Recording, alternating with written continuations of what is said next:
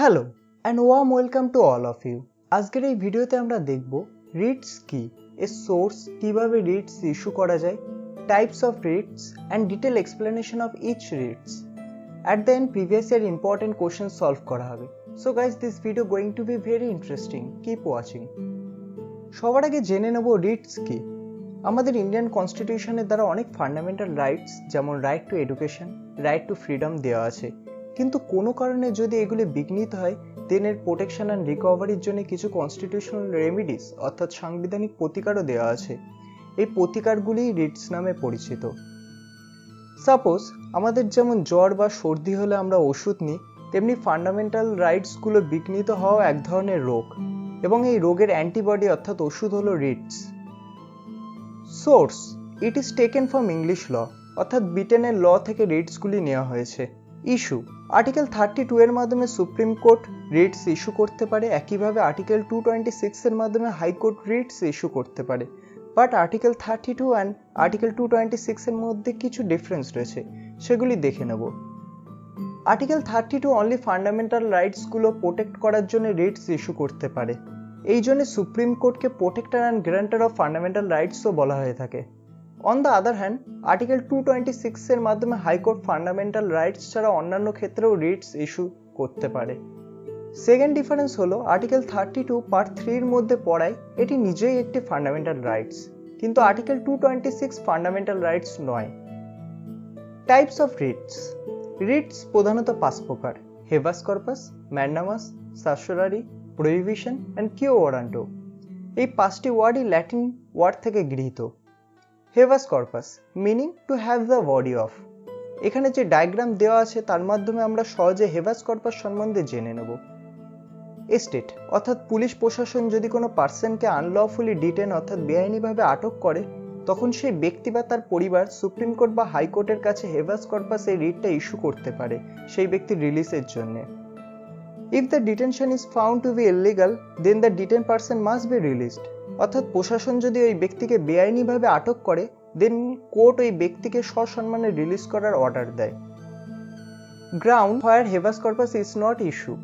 নিম্নলিখিত ক্ষেত্রে habeas corpus issue করা যাবে না।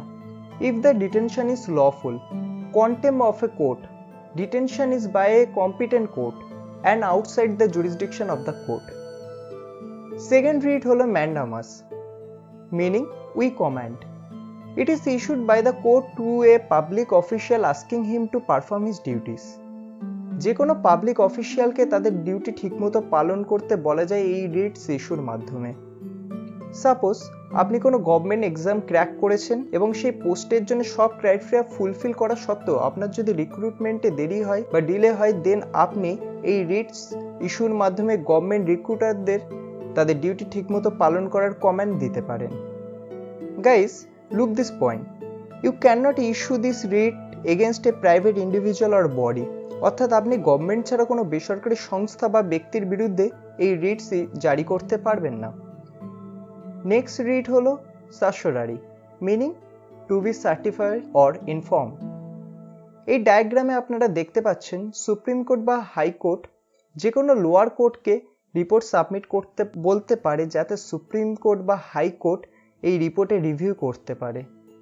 এই রিপোর্ট যদি excess of jurisdiction, lack of jurisdiction বা এরর অফ ল দেখা দেয়, দেন হায়ার কোর্ট লোয়ার কোর্টের অর্ডারকে ট্রান্সফার করে আনতে পারে অ্যান্ড অর্ডারটি স্কোয়াশ বা বাতিল করতে পারে।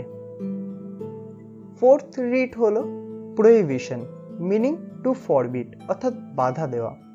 এই রিটসের মাধ্যমে হায়ার কোর্ট লোয়ার কোর্টের অর্ডার দেওয়ার সময় বাধা দিতে পারে।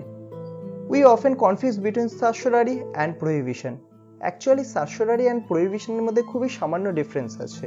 আপনারা নিম্নলিখিত এই প্রভাবসের মাধ্যমে মনে রাখতে পারবেন। Prevention is better than cure, অর্থাৎ প্রতিকারের চেয়ে প্রতিরোধ ভালো। এখানে প্রিভেনশন অর্থাৎ প্রতিরোধ অ্যান্ড কিওর অর্থাৎ প্রতিকার।